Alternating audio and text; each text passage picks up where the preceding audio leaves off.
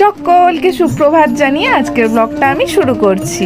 মা বেশ কিছুদিন ধরে বলছিল চলো একটু গিয়ে পুজো দিয়ে আসি, আর আজকে দিনটাও বেশ ভালো ছিল, শনিবার। তাই আর দেরি না করে তিনজনে মিলে চলে আসলাম মেদিনীপুর বটতলার কালী মায়ের কাছে। আমি বিয়ের আগে একবার এই মায়ের কাছে এসেছিলাম, কিন্তু বিয়ের পরে আর আসা হয়ে ওঠেনি সেভাবে।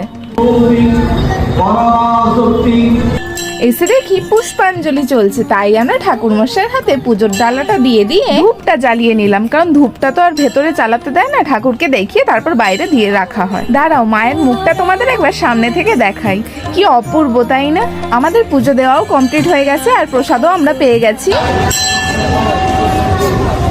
এই কালী মন্দিরের সামনেই মা শীতলারও এক মন্দির আছে, তাই আমরা ওখানে গিয়েও একটু প্রণাম করে নিলাম। পুজো দেবো বলে তো সকাল থেকে কিছু খাওয়া হয়নি, তাই খুব খিদে পেয়ে গেছে। মন্দিরের পাশেই একটি মিষ্টি দোকান আছে, দোকানটির নাম হলো সত্যনারায়ণ মিষ্টান্ন ভান্ডার। এখানে সবকিছুই নিরামিষ পাওয়া যায়, সকালবেলা কচুরি টচুরিও পাওয়া যায় এখানে, তাই এখানেই আমরা চলে আসলাম একটু টিফিন করে নেবো বলে। এই মিষ্টি দোকানের ডালপুরিটা খুব টেস্টি, মনেই হবে না যে নিরামিষ খাচ্ছ, এত সুন্দর টেস্ট। তোমরা কেউ যদি এখানে আসো তাহলে একবার নিশ্চয়ই ট্রাই করো, কিন্তু গরম গরম ডালপুরি আর সাথে নিরামিষ আলুর তরকারি।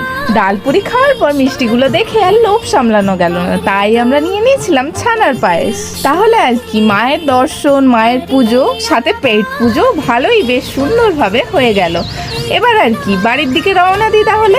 মা সবাইকে ভালো রাখুক, নিজেও ভালো থাকুক, আর সকলের মনের ইচ্ছে পূর্ণ করুক।